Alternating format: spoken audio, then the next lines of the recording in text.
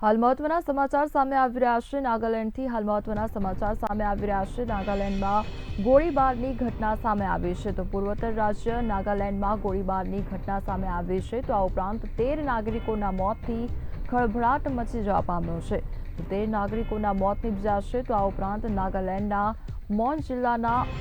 ઓટિંગમાં ઘટના બની છે તો નાગાલેન્ડના મોન જિલ્લામાં આ ઘટના બની છે તો આ ઉપરાંત ગુસ્સે ભરાયેલા ગ્રામજનોએ સેનાના વાહનોનો આગ ચંપી પણ કર્યો છે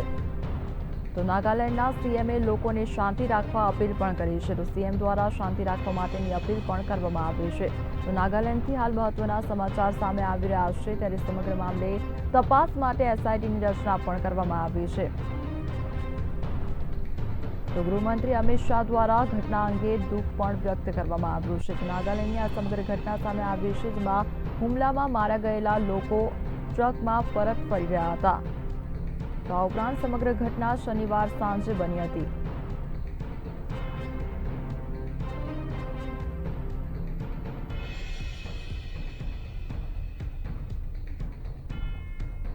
तो हमारे साथ यार रक्षा विशेषज्ञ ललन सिंह जुड़ाई गया है ललन सिंह आपका बुलेटिन इंडिया में स्वागत है।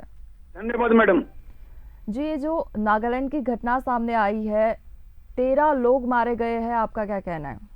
एकदम आपका कहना बहुत सही है 13 लोगों की जान गई है। एक्चुअली रात में इनको असम राइफल्स और सिक्योरिटी फोर्सेस को इनपुट था कि ये उग्रवादी इस इलाके में मतलब एंटर कर चुके हैं, लेकिन ये जो इनपुट था कभी कभी गलतफहमी के शिकार भी हो जाते हैं और इन्फॉर्मर भी कभी कभी गलत इंफॉर्मेशन फीड कर देते हैं, वही लगभग हुआ है। हालांकि अभी इसकी जांच एसआईटी के द्वारा स्टार्ट हो गई है। हमारे गृह मंत्री साहब ने भी इसको बहुत सख्ती से लिया है और सबसे बड़ी चीज है कि नागालैंड मणिपुर ये जो इलाका है और थोड़ा मिजोरम का ये इलाका जंगल और दुर्गम कठिन इलाके का है, तो इनमें इस तरह की वारदातें लगातार उग्रवादियों का आजकल ज्यादा हो रहा है। जब से मामियार का समस्या हमारे फौजी उनका जो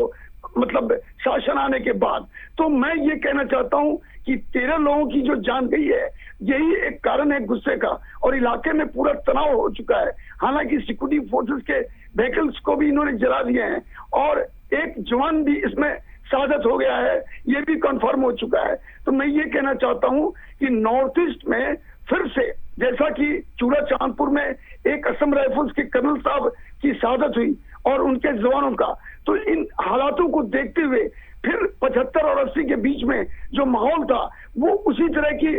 मतलब दौड़ आने की स्थिति बन रही है। तो जरूरी है कि इनपुट को भी बेहतर ढंग से जांच करने के बाद सिक्योरिटी फोर्सेस को एक्शन करना चाहिए, क्योंकि जो ये लोकल लोग हैं इनका गुस्सा जो है पूरी नॉर्थ ईस्ट में फैलने की संभावना रहती है। लेकिन असम राइफल्स ने भी इसको मान लिया है कि ये घटना दुखद हुआ है और ऐसी गलतियां कभी अमूमन अचानक नहीं होती, किसी कारणवश हो गई है। तो ये देखा जाएगा कि जो मुखबिर थे जो इंफॉर्मेशन फीड किए थे वो क्यों और गलत क्यों किए, और अगर इसके ऊपर एक्शन होना है तो अफसरों को भी इसके ऊपर बहुत ध्यान रखना चाहिए, क्योंकि लोकल 13 लोगों की जान जाना देश के अंदर ये दुखद घटना है और इसको आगे ना हो इसके ऊपर पूरी तौर पे ख्याल होना निहायत जरूरी है, सिक्योरिटी फोर्सेस को भी और प्रशासन को भी। जी ललन सिंह जी, बुलेटिन इंडिया के साथ जुड़ने के लिए आपका धन्यवाद। तो जे प्रमाणे नागालैंडની આ સમગ્ર ઘટના સામે